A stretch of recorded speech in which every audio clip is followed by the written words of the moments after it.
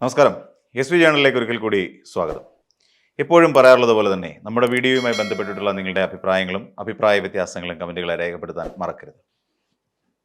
നമ്മുടെ VDS, അതായത് VD സതീശൻ്റെ പുതുയുഗ യാത്ര അതിങ്ങനെ സഞ്ചരിച്ചുകൊണ്ടിരിക്കുകയാണ്. ഈ പുതുയുഗ യാത്രയുമായി ബന്ധപ്പെട്ട് നമ്മൾ നോക്കുമ്പോൾ അതിൻ്റെ ഒരു ക്യാപ്ഷനുണ്ട്, കേരളത്തെ വീണ്ടെടുക്കാൻ. വല്ലാതെ എന്നെ സ്പർശിച്ച ഒരു ക്യാപ്ഷനാണ് ശരിക്കും അത്. കേരളത്തെ വീണ്ടെടുക്കുക, നല്ല ഒന്നാം തരം ഒരു ക്യാപ്ഷൻ. എന്ന് വെച്ചാൽ കേരളം ആകെ കടലിനടിയിലേക്ക് ആണ്ടുപോകാൻ തയ്യാറെടുത്തുകൊണ്ടിരിക്കുന്ന ഒരു വേളയിൽ നമുക്ക് ആ കേരളത്തെ എങ്ങനെയും രക്ഷിച്ചെടുക്കണം എന്ന് മനസ്സിൽ കരുതിക്കൊണ്ട് VD സതീശൻ നടത്തുന്ന ഒരു വലിയ ശ്രമമാണ് ഇത്. ഒരു ഭഗീരഥ പ്രയത്നമെന്നോ എന്നൊക്കെ വിളിക്കാൻ പറ്റുന്ന തരത്തിലുള്ള ശക്തമായ ഒരു മുന്നേറ്റ യാത്ര തന്നെയാണ് പുതുയുഗ യാത്ര എന്ന് നമുക്ക് പറയേണ്ടി വരും. ഈ പറയുന്നതൊക്കെ ഒരു വശത്ത് നിന്നുകൊണ്ട് ഈ കൊങ്ങികൾ എന്നൊക്കെ വിളിക്കാൻ പറ്റുന്ന കോൺഗ്രസ്സുകാരൊക്കെ തന്നെയാണ് ഇങ്ങനെ അതിനെ വാഴ്ത്തിപ്പാടുന്നത്. ഇത് ഭയങ്കര സംഭവമാണ്. നമ്മൾ പരിശോധിക്കുമ്പോൾ ഈ കോൺഗ്രസ് എന്ന് പറയുന്ന, അല്ലെങ്കിൽ ഈ നമ്മുടെ കേരളം അത്രയ്ക്ക് അങ്ങ് അധപ്പതിച്ച് കടലിൽ ആണ്ടുപോകാൻ കിടക്കുന്ന ഒന്നാണോ? എനിക്ക് തോന്നുന്നില്ല അങ്ങനെയൊക്കെയാണ് എന്ന്. കാരണം കഴിഞ്ഞു പോയ 10 വർഷങ്ങൾക്കപ്പുറത്തേക്ക് നമ്മൾ വീണ്ടും പോവുകയാണ്. ഏകദേശം 2016 വരെയുള്ള ഒരു കാലഘട്ടത്തിലേക്ക് പോകുമ്പോൾ അവിടെയല്ലേ ശരിക്കും കേരളം ഈ ആണ്ട് പോയിക്കൊണ്ടിരുന്നത്. അതായത് ആരോഗ്യരംഗം വെന്റിലേറ്ററിലാണ് എന്ന് പറയുന്ന സമയത്ത് നമുക്കിപ്പോൾ പറയാം, ആരോഗ്യരംഗം വെന്റിലേറ്ററിൽ ഇപ്പോഴായിരിക്കാം. അതിനു മുൻപ് കേരളത്തിലെ ആരോഗ്യരംഗം വെന്റിലേറ്ററിലായിരുന്നില്ല. മോർച്ചറിക്കുള്ളിൽ തണുത്തു മരവിച്ചിരിക്കുന്ന ഒരു സാഹചര്യമായിരുന്നു ഉണ്ടായിരുന്നത്. എന്തുകൊണ്ടാണ് നമുക്ക് നോക്കാം. കാരണം നമ്മുടെ ആശുപത്രികളിലേക്ക് ഓരോ രോഗം വന്നു കഴിഞ്ഞാൽ നമ്മുടെ സർക്കാർ ആശുപത്രികളിലേക്ക് പോകാൻ രോഗികൾക്ക് ഭയമാണ്. കാരണം അവർക്ക് ജീവൻ തിരിച്ചു കിട്ടില്ല. അത് തന്നെയല്ല, ഒരു പനിയായിട്ട് പോകുന്നവനെ മറ്റേതെങ്കിലും ഒരു വലിയ രോഗത്തിൻ്റെ അടിമയാക്കി പുറത്തേക്ക് ഇറക്കി വിടുന്ന നമ്മുടെ ആരോഗ്യരംഗം. 9ാം വാർഡ് എന്ന് പറഞ്ഞുകൊണ്ട് ഒരു വാർഡിൻ്റെ ഒരു ചിത്രം, കണ്ണീർ മടങ്ങുക എന്ന് പറഞ്ഞുകൊണ്ട് പണ്ട് ഒരു മാതൃഭൂമി പത്രത്തിൽ അച്ചടിച്ചു വന്ന ഒരു ചിത്രമുണ്ടായിരുന്നു. അതായിരുന്നു പഴയ കാലത്തിൻ്റെ നമ്മുടെ ആരോഗ്യരംഗത്തിൻ്റെ നേർചിത്രം എന്ന് നമുക്ക് പറയാൻ കഴിയും. അത്രത്തോളം ആതുരാലയങ്ങളും ആരോഗ്യരംഗവും എല്ലാം മോർച്ചറിക്കുള്ളിൽ തണുത്തുറഞ്ഞ് മരവിച്ചിരുന്ന ഒരു കാലഘട്ടം. ആ കാലഘട്ടത്തിൽ നിന്ന് ഇന്ന് വെന്റിലേറ്ററിലേക്കെങ്കിലും നമ്മുടെ ആരോഗ്യരംഗത്തെ എത്തിക്കാൻ കഴിയുന്നത് ഒരുപക്ഷെ ഇടത് സർക്കാരിൻ്റെ ഒരു വലിയ നേട്ടമാണ് എന്ന് എന്തുകൊണ്ടാണ് VD സതീശൻ അടക്കമുള്ളവർക്ക് മനസ്സിലാകാത്തത് എന്ന് മാത്രം അറിയില്ല. ഇതാണ് പുതുയുഗ യാത്ര എന്ന് പറയുന്നത്. കാര്യം ഇപ്പോൾ സർക്കാരിൻ്റെ പ്രവർത്തനങ്ങൾ കാരണം നമ്മുടെ കേരളം വല്ലാത്ത കടക്കണിയിലേക്ക് ആണ്ടുപോയിരിക്കുന്നു. നമ്മളുടെ നാട്ടിൽ വികസന പ്രവർത്തനങ്ങളൊന്നും നടക്കുന്നില്ല എന്നൊക്കെയാണ് ഈ സതീശനും കൂട്ടരും പറഞ്ഞു വരുത്തുന്നത്. എന്നാൽ ഈ പുതുയുഗ യാത്രക്കിടയിലുണ്ടായ ഒരു വലിയ രാഷ്ട്രീയ മാറ്റമുണ്ട്. ചിലരെ വ്യക്തമായി തിരിച്ചറിയാൻ സാധിച്ചു എന്നുള്ളതാണ്. അതിലേറ്റവും പ്രധാനമായ ഒരാളാണ് സുധാകരൻ എന്ന് പറയുന്ന അവരുടെ മുൻ KPCC അധ്യക്ഷൻ. എന്തുകൊണ്ടാണ് എന്ന് ചോദിച്ചാൽ, KPCC അധ്യക്ഷൻ എന്നുള്ള നിലയിൽ നിന്നുകൊണ്ടും MP എന്നുള്ള നിലയിലും അദ്ദേഹത്തിന് മുഖ്യമന്ത്രി വരെ ആകണം. അല്ല, ഒരു പദവിയും രാജിവെക്കില്ല. KPCC അധ്യക്ഷ സ്ഥാനം രാജിവെക്കില്ല, അതോടൊപ്പം MP സ്ഥാനം രാജിവെക്കില്ല. പക്ഷേ എനിക്ക് മുഖ്യമന്ത്രി കൂടി ആകണം എന്ന് പറയുന്ന ഒരു വൈരുദ്ധ്യാത്മകമായ ഒരു രീതി സുധാകരന് ഉണ്ട് എന്ന് നമുക്കറിയാം. സുധാകരൻ ഇപ്പോൾ BJPയിലേക്ക് പോകാം, എനിക്ക് സീറ്റൊന്നും തരണ്ട, വെറുതെ എന്നെ ഒരു മൂലക്കിരുത്തിയാൽ മതി എന്ന് പറഞ്ഞാൽ BJPക്കാർ പോലും ഏറ്റെടുക്കാത്ത ഒരവസ്ഥയിലേക്ക് പ്രായാധിക്യം കൊണ്ട്, ഒരുപക്ഷെ ഈ പ്രായത്തിലൊക്കെ പലരും ചൊടിയും ചുണയോടും കൂടി ഇവിടുത്തെ രാഷ്ട്രീയ പ്രവർത്തനം നടത്തിയിട്ടുണ്ട്. കരുണാകരനെ പോലുള്ളവർ, VS അച്യുതാനന്ദനെ പോലുള്ളവരൊക്കെ നടത്തിയിട്ടുണ്ട്. പക്ഷേ എന്നിരുന്നിട്ട് കൂടി എന്തുകൊണ്ടാണ് സുധാകരന് ഇങ്ങനെ ഒരു ദുര്യോഗം വന്നത് എന്ന് മാത്രം നമുക്കാർക്കും അറിയില്ല. ഒരുപക്ഷെ അദ്ദേഹത്തിൻ്റെ മറ്റു ചില ആരോഗ്യപരമായ പ്രശ്നങ്ങൾ കൂടി കൊണ്ടാവാം. എന്നിരുന്നാൽ തന്നെയും അദ്ദേഹത്തിൻ്റെ ഭംഗിയുള്ള വാക്കുകളൊക്കെ എവിടേക്കോ നഷ്ടപ്പെട്ടു പോയി കഴിഞ്ഞിരിക്കുന്നു എന്നുള്ളതാണ്. അതോടൊപ്പം ഓർമ്മക്കുറവുണ്ട്, പിന്നെ തുടങ്ങിയ സംഭവങ്ങളെ കണക്ട് ചെയ്യാനുള്ള അദ്ദേഹത്തിൻ്റെ ചില ബുദ്ധിമുട്ടുകൾ. ഇതൊക്കെ കൊണ്ടായിരിക്കാം KC വേണുഗോപാലോ അല്ലെങ്കിൽ അവിടുത്തെ സംഘാടകരോ ഒന്നും ഉദ്ഘാടന വേദിയിൽ നിന്നുകൊണ്ട് സുധാകരനെ കുറിച്ച് 2 വാക്ക് പറഞ്ഞില്ല എന്ന് മാത്രമല്ല, ആ പേര് പോലും പറയാൻ വിട്ടുപോയി. അത് അക്ഷന്തവ്യമായ അപരാധമാണ് എന്നുള്ള കാര്യത്തിൽ തർക്കമില്ല. കേരളത്തിലെ ഒരു മുതിർന്ന കോൺഗ്രസ് നേതാവ്, ഒരുപക്ഷെ കേരളത്തിലെ തന്നെ ഏറ്റവും മുതിർന്ന കോൺഗ്രസ് നേതാവ് എന്നുള്ള ഒരു ഖ്യാതിയുള്ള, കേരളത്തിൻ്റെ KPCC അധ്യക്ഷനായിരുന്ന, മന്ത്രിയായിരുന്ന, ഒക്കെ MP ആയിരിക്കുന്ന ഒരു വലിയ നേതാവിൻ്റെ പേര് പറയാൻ വിട്ടുപോകുക എന്ന് പറഞ്ഞാൽ അതിൽ പരം ഒരു നാണക്കേട് വേറെ ഉണ്ടാവില്ല. അങ്ങനെയുള്ള ഈ പറയുന്ന സുധാകരൻ നയിച്ചുകൊണ്ടിരിക്കുന്ന, സുധാകരനെ പോലുള്ള നേതാക്കളെ അണിനിരത്തിക്കൊണ്ട് ഇവിടെ എന്തോ വലിയൊരു പാനൽ സൃഷ്ടിക്കാൻ പോകുന്നു എന്നുള്ളൊരു പ്രതീതി ഉണ്ടാക്കുകയാണ് സത്യത്തിൽ ഇപ്പോൾ UDFകാർ ചെയ്തുകൊണ്ടിരിക്കുന്നത്. കെ സി വേണുഗോപാലും ഷാഫി പറമ്പിലും വി ഡി സതീശനും ഒക്കെ അടങ്ങുന്ന വലിയൊരു ഗംഭീര പാനൽ കേരളത്തിന് ഞങ്ങൾ സംഭാവന ചെയ്യാൻ പോവുകയാണ്. ഞങ്ങൾ പുതുയുഗ യാത്രയിലൂടെ കേരളത്തെ വീണ്ടെടുക്കാൻ ശ്രമിച്ചുകൊണ്ടിരിക്കുന്നു. പാലം പൊളിഞ്ഞു വീഴുന്നതാണോ പുതുയുഗം നിങ്ങളുടേത്? അങ്ങനെ വീണ്ടെടുപ്പിക്കാനാണ്. പാലാരിവട്ടം എന്ന് പറയുന്ന പാലത്തിൽ ഒരു 2 വണ്ടി കയറിയാൽ ആ സമയം ഇടിഞ്ഞു വീഴും എന്ന് പറഞ്ഞുകൊണ്ടിരുന്ന ആ പാലത്തിൻ്റെ നിർമ്മാണത്തെയാണോ നിങ്ങൾ കേരളത്തെ വീണ്ടെടുക്കുന്നതിലൂടെ ഉദ്ദേശിക്കുന്നത്? കുട്ടികൾ പഠിക്കുമ്പോൾ ആ കുട്ടികൾക്ക് സ്കൂളിൽ കൊണ്ടുപോകാൻ പുസ്തകങ്ങളില്ലാതിരുന്ന അബ്ദുറബിൻ്റെ കാലമാണോ കേരളത്തെ നിങ്ങൾ വീണ്ടെടുക്കാൻ പോകുന്നത്? പവർ കട്ടും ലോഡ് ഷെഡിങ്ങുമുള്ള ആ കാലത്തിലേക്കാണോ നമ്മുടെ അടുത്ത തലമുറയെ പുതിയ കേരളത്തിൻ്റെ പുതുയുഗത്തിലേക്ക് നിങ്ങൾ കൂട്ടിക്കൊണ്ടുപോകുന്നത്?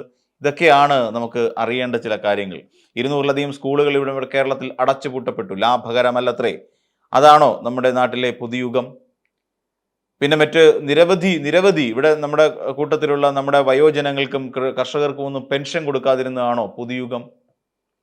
അങ്ങനെ എത്രയെത്ര എണ്ണിപ്പറയാൻ കഴിയുന്ന വികസന മുരടിപ്പുകളാണ് നമ്മുടെ സംസ്ഥാനത്ത് നടന്നത്. ദേശീയപാത വികസനവുമായി ബന്ധപ്പെട്ടുകൊണ്ട് അതിന് വീതിയുമായി ബന്ധപ്പെട്ട തർക്കങ്ങൾ നിലനിൽക്കെ ഒടുവിൽ ഈ ദേശീയപാത ഞങ്ങൾ ചെയ്യുന്നില്ല എന്ന് പറഞ്ഞുകൊണ്ട് ആ ഓഫീസ് അടക്കം പൂട്ടി ഇറങ്ങിപ്പോയ ഒരു സർക്കാരിനെയാണോ നിങ്ങൾ പുതുയുഗ യാത്രയ്ക്കായി നിങ്ങൾ കേരളത്തിലേക്ക് കൊണ്ടുവരാൻ ശ്രമിക്കുന്നത്? എല്ലാ വികസനത്തിൻ്റെയും മുന്നിലേക്ക് ഗെയിൽ വാതക പൈപ്പ് ലൈൻ അടക്കമുള്ള എല്ലാ വികസന പ്രവർത്തനങ്ങളും പാതി വഴിയിൽ ഉപേക്ഷിച്ചുകൊണ്ട് കടന്നുപോയ ആ ഒരു കാലത്തിൽ UDF-ൻ്റെ കാലഘട്ടത്തിലേക്കാണോ നമ്മൾ പുതുയുഗത്തിലേക്ക് നടന്നു കയറേണ്ടത്? നിരവധിയായ പ്രശ്നങ്ങളും പ്രതിസന്ധികളിലൂടെയുമാണ് നമ്മുടെ എല്ലാ ഡിപ്പാർട്ട്മെൻറ്റുകളും എല്ലാ വകുപ്പുകളും കടന്നുപോയത് എന്ന് നമുക്ക് സംശയലേശമന്യേ പറയാം. ഇങ്ങനെ ഇക്കണക്കിന് പോയി കഴിഞ്ഞാൽ KSRTCക്ക് ഒരു സ്വാഭാവികമായ അന്ത്യം സംഭവിക്കും എന്ന് പറഞ്ഞ ആര്യാടൻ മുഹമ്മദിൻ്റെ കാലത്തിലേക്കാണോ നമ്മൾ സഞ്ചരിക്കേണ്ടത്? അതേ ആര്യാടൻ മുഹമ്മദ് എന്താ പറയുക, ഒരു സാധാരണഗതിയിലുള്ള ഒരു മരണം ആശംസിച്ചു വിട്ട KSRTC ഇന്ന് നേടിക്കൊണ്ടിരിക്കുന്നത് പ്രതിദിനം ഏകദേശം 12-നും 13 കോടി രൂപയ്ക്കും ഇടയിലാണ് എന്ന് കേൾക്കുമ്പോഴാണ് നമ്മൾക്ക് മനസ്സിലാക്കാൻ കഴിയുന്നത് പണി അറിയാവുന്നതിൻ്റെ കയ്യിൽ വേണം ഏത് വകുപ്പും കൊടുക്കേണ്ടത് എന്ന്. അവിടെ കോവിഡ് വന്നപ്പോഴും നിപ്പ വന്നപ്പോഴും അതോടൊപ്പം അതിനുശേഷം നമ്മുടെ രാജ്യത്തുണ്ടായ നമ്മുടെ നാട്ടിലുണ്ടായ ഓരോ ദുരന്തങ്ങൾക്കും ഇവിടെ നമുക്കൊപ്പം നിന്ന സർക്കാർ എവിടെയാണ് കേരളത്തെ ഏതെങ്കിലും ഒരു കെണിയിലേക്ക് അല്ലെന്നുണ്ടെങ്കിൽ കടലിലേക്ക് കൊണ്ട് ചാടിച്ചത് എന്ന് കൂടി ഇതേ കോൺഗ്രസ് നേതൃത്വം പറയേണ്ടതുണ്ട്. എന്തുകൊണ്ടാണ് ഇതൊന്നും അവർക്ക് പറയാൻ കഴിയാത്തത്? ഇന്ന മേഖല പ്രശ്നത്തിലാണ്, അതിന് ഇന്ന കാരണങ്ങളുണ്ട്. ഇവിടെ സ്വന്തം ആരോഗ്യവകുപ്പ് ഭരിക്കുന്ന സമയത്ത് ആരോഗ്യവകുപ്പിലെ ആശുപത്രികളിലൂടെ വിതരണം ചെയ്യേണ്ട മരുന്നുകൾ സ്വന്തം സ്വകാര്യ ആശുപത്രിയിലെ ഫാർമസികളിലേക്ക് എടുത്തു കൊണ്ടുപോയിക്കൊണ്ടിരുന്ന ഒരു മന്ത്രി ഉണ്ടായിരുന്നു. നമ്മുടെ ആരോഗ്യരംഗം പരിശോധിച്ചുകൊണ്ടിരുന്ന അല്ലെങ്കിൽ നമ്മുടെ ആരോഗ്യരംഗത്തുണ്ടായിരുന്ന ഒരു മന്ത്രി. ഓണം വന്നത് നേരത്തെ ആയിപ്പോയി എന്ന് പറഞ്ഞ ഒരു വിദ്യാഭ്യാസ വകുപ്പ് മന്ത്രി നമുക്കുണ്ടായിരുന്നു. എന്തിനും ഏതിനും വഴിയെ കൂടെ നടന്നു പോകുന്ന പോക്കിൽ ഒരു കല്ലിട്ടിട്ട് പോകുന്ന ഒരു മുഖ്യമന്ത്രിയായിരുന്നു നമ്മളുടേത്. ഇവിടെ ബാറുകാരെ കുഴപ്പിക്കാനും അതോടൊപ്പം നമ്മുടെ കേരളത്തിലെ ബിവറേജസ് ഔട്ട്ലെറ്റുകൾ ഇവിടെ നിന്ന് മാറ്റി അതിൻ്റെ എണ്ണം കുറച്ചുകൊണ്ട് കേരളത്തിലെ ബാറുകാരെ ബാറ് പൂട്ടുകയാണ് എന്ന് പറഞ്ഞുകൊണ്ട് അവരിൽ നിന്ന് കോടിക്കണക്കിന് രൂപ പണം പിരിച്ചെടുത്ത ധനകാര്യ വകുപ്പും എക്സൈസ് വകുപ്പും ഉണ്ടായിരുന്ന മുഖ്യമന്ത്രിയും ഉണ്ടായിരുന്ന ഒരു നാടാണ് നമ്മുടെ കേരളം. ഇതൊക്കെയാണോ നമ്മൾ കാണേണ്ട അല്ലെങ്കിൽ നമ്മൾ പ്രതീക്ഷിക്കേണ്ട പുതുയുഗം? 100-120 സീറ്റിൽ ഞങ്ങൾ വിജയിച്ച് മുന്നിലേക്ക് വരും എന്നൊക്കെ പറയുമ്പോഴും പഴയ കാലത്ത് UDF ഭരിച്ച ഒരു കാലമുണ്ട്. അതിൽ നിന്ന് 1-2 നേതാക്കന്മാർക്കപ്പുറത്തേക്ക് വേറെ ഒന്നും മാറിയിട്ടില്ല. എല്ലാം പഴയതുപോലെ തന്നെയാണ്. എല്ലാ നേതാക്കന്മാരും പഴയ തന്നെയാണ്. ഇവിടെ 2004 ഉണ്ണികൃഷ്ണൻ പോറ്റിയെ ശബരിമലയിലേക്ക് കൊണ്ട് കയറ്റുന്ന സമയത്ത് കേരളത്തിൽ ദേവസ്വം ബോർഡ് വകുപ്പ് മന്ത്രിയായിരുന്ന അതേ KC വേണുഗോപാൽ ഇപ്പോഴും നിലവിലുണ്ട്. പണ്ട് നമുക്കറിയാവുന്നതാണ്, ഇവിടെ ജോഗി എന്ന് പറയുന്ന ഒരു ആദിവാസി യുവാവിനെ ചുട്ടുകൊന്ന അല്ലെങ്കിൽ വെടിവെച്ചു കൊന്ന ഒരു കാലത്തിലേക്ക് നമ്മൾ സഞ്ചരിക്കുമ്പോൾ ഈ പറയുന്ന മുത്തങ്ങ വെടിവെപ്പുമായി നമ്മൾ പരിശോധിച്ച് നോക്കുമ്പോൾ അന്ന് വനമന്ത്രിയായിരുന്ന ഒരു വ്യക്തി ഇപ്പോഴുമുണ്ട്. K. സുധാകരൻ എന്നാണ് അദ്ദേഹത്തിൻ്റെ പേര്. അതോടൊപ്പം എണ്ണി പറയാൻ കഴിയും. സ്വന്തം പാർട്ടിയിൽപ്പെട്ട ഒരു നേതാവിനെ അദ്ദേഹം സ്ഥലത്തില്ലാതിരുന്ന കാലഘട്ടത്തിൽ അദ്ദേഹത്തിന് എതിരെ നോട്ടീസ് ഇഷ്യൂ ചെയ്ത് അദ്ദേഹത്തിന് വേണ്ടപ്പെട്ടവരെ പോലീസിനെ കൊണ്ട് അറസ്റ്റ് ചെയ്യിച്ചവരും ഇന്ന് ഈ പറയുന്ന കോൺഗ്രസ്സുകാരുടെ കൂട്ടത്തിലുണ്ട്. അതേ ഉമ്മൻചാണ്ടിയുടെ കാര്യമാണ് പറഞ്ഞത്. അതോടൊപ്പം സ്വന്തം മന്ത്രിസഭയിലെ ധനകാര്യ വകുപ്പ് മന്ത്രിയെ കൃത്യമായി നോട്ടീസ് അയച്ച് അദ്ദേഹത്തിൻ്റെ വീട്ടിലേക്ക് റെയ്ഡ് നടത്തിച്ച ഒരു ആഭ്യന്തര വകുപ്പ് കൈയാളിയിരുന്ന ഒരാളും ഇന്നും കോൺഗ്രസ്സിലുണ്ട്. അദ്ദേഹത്തിൻ്റെ പേര് രമേശ് ചെന്നിത്തല എന്നാണ്. അങ്ങനെ നിരവധി ഉദാഹരണങ്ങൾ നമുക്ക് ചൂണ്ടിക്കാണിക്കാനുണ്ട്. നിങ്ങൾ തെറ്റായിരുന്നു. UDF-ൻ്റെ കഴിഞ്ഞ 2011 മുതൽ 16 വരെയുള്ള ഒരു ഭരണകാലഘട്ടം ഉണ്ടായിരുന്നു. കേരളം കണ്ടതിൽ വെച്ച് ഏറ്റവും നാശോന്മുഖമായ ഒരു കാലഘട്ടം.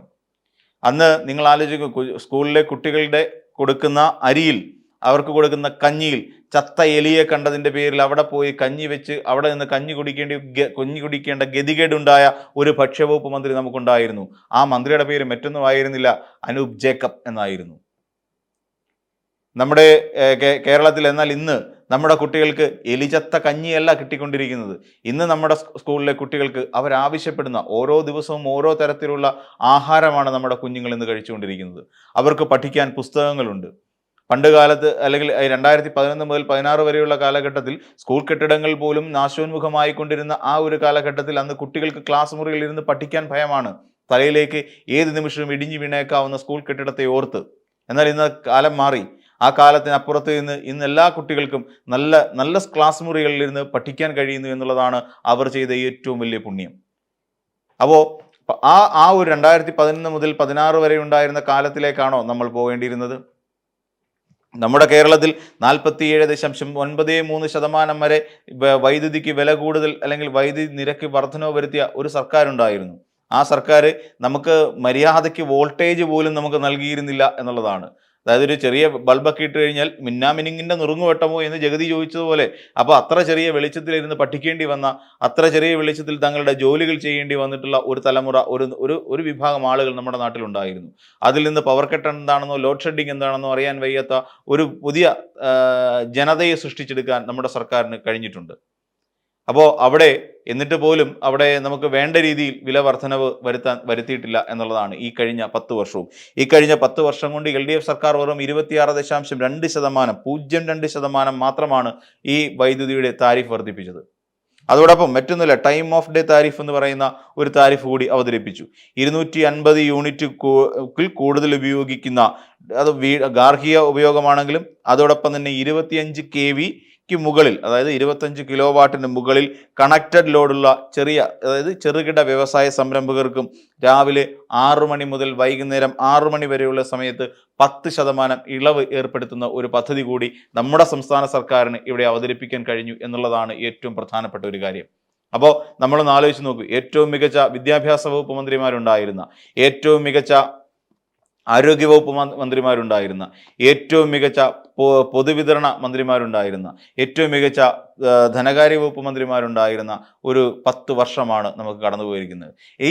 ഈ കാലയളവിൽ അപ്പുറത്തേക്ക് നമ്മൾ ചിന്തിക്കുമ്പോൾ ഏറ്റവും വേസ്റ്റ് ആയിട്ടുള്ള, അതായത് ഏറ്റവും മോശപ്പെട്ട ധനകാര്യമന്ത്രി ഉണ്ടായിരുന്ന ഒരു കാലം, ഏറ്റവും മോശപ്പെട്ട ഒരു ആരോഗ്യ വകുപ്പ് മന്ത്രി ഉണ്ടായിരുന്ന ഒരു കാലം, ഏറ്റവും മോശപ്പെട്ട ഒരു ധനകാര്യ വകുപ്പ് മന്ത്രി ഉണ്ടായിരുന്ന കാലം, ഏറ്റവും മോശപ്പെട്ടതിൽ നിന്ന് ഏറ്റവും മോശപ്പെട്ട ഒരു വിദ്യാഭ്യാസ വകുപ്പ് മന്ത്രി ഉണ്ടായിരുന്ന കാലം, ഏറ്റവും മോശപ്പെട്ട ഒരു ഭക്ഷ്യ സുരക്ഷ അല്ലെങ്കിൽ ഭക്ഷ്യ സിവിൽ സപ്ലൈസ് മന്ത്രി ഉണ്ടായിരുന്ന ഒരു കാലം, അങ്ങനെ എണ്ണി പറയാൻ ഏറ്റവും മോശപ്പെട്ട ഒരു എക്സൈസ് വകുപ്പ് മന്ത്രി ഉണ്ടായിരുന്ന കാലം, ഏറ്റവും മോശപ്പെട്ട ഒരു തദ്ദേശ സ്വയംഭരണ വകുപ്പ് മന്ത്രി ഉണ്ടായിരുന്ന കാലം, ഏറ്റവും മോശപ്പെട്ട ഒരു കൃഷി വകുപ്പ് മന്ത്രി ഉണ്ടായിരുന്ന കാലം, ഏറ്റവും മോശപ്പെട്ട ഒരു റവന്യൂ വകുപ്പ് മന്ത്രി ഉണ്ടായിരുന്ന കാലം, അങ്ങനെ എണ്ണി എടുത്ത് പറയാൻ ആ ഒരു കാലമാണോ UDF ഉദ്ദേശിക്കുന്ന പുതുയുഗം എന്നുകൂടി ജനങ്ങളുടെ മുമ്പിൽ വ്യക്തമാക്കണം.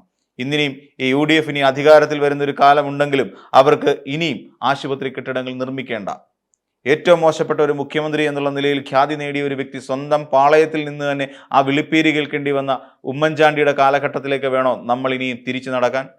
അപ്പോൾ പുതുയുഗ യാത്ര എന്ന് പറഞ്ഞാൽ നമ്മൾ പഴയൊരു യുഗത്തിലേക്കുള്ള, പഴയ കാളവണ്ടി യുഗത്തിലേക്കുള്ള തിരിച്ചുപോക്കായി മാത്രമേ നമുക്കതിനെ കാണാൻ കഴിയൂ എന്നുള്ളതാണ് ഒരു രസം. നമുക്ക് നിരവധി കാര്യങ്ങൾ സംഭവിച്ചു കഴിഞ്ഞിരിക്കുന്നു. ഇനിയും നമ്മുടെ കുട്ടികൾ നല്ല സ്കൂളുകളിൽ ഇരുന്ന് പഠിക്കും, നല്ല ക്ലാസ് മുറികളിൽ ഇരുന്ന് പഠിക്കും. നമ്മുടെ കുട്ടികൾക്ക് ലഭിക്കാനുള്ള അത്യന്താധുനിക സൗകര്യങ്ങളോട് കൂടിയുള്ള വിദ്യാഭ്യാസം നമ്മുടെ കുഞ്ഞുങ്ങൾക്ക് ലഭിക്കും. അതോടൊപ്പം തന്നെ നമുക്ക് ലഭിക്കേണ്ട വൈദ്യുതി കൃത്യസമയത്ത് ലഭിക്കും. ലോഡ് ഷെഡിങ്ങോ പവർ കട്ടോ ഇല്ലാതെ നമുക്ക് ലഭിച്ചുകൊണ്ടേയിരിക്കും. അതോടൊപ്പം നമ്മുടെ പൊതു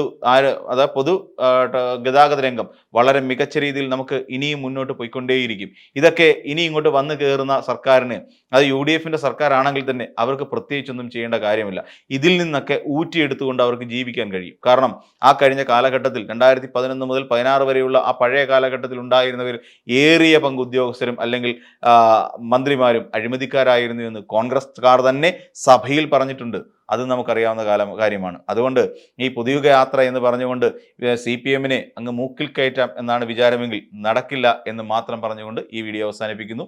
മറ്റൊരു വീഡിയോയുമായി നമുക്ക് വീണ്ടും കാണാം.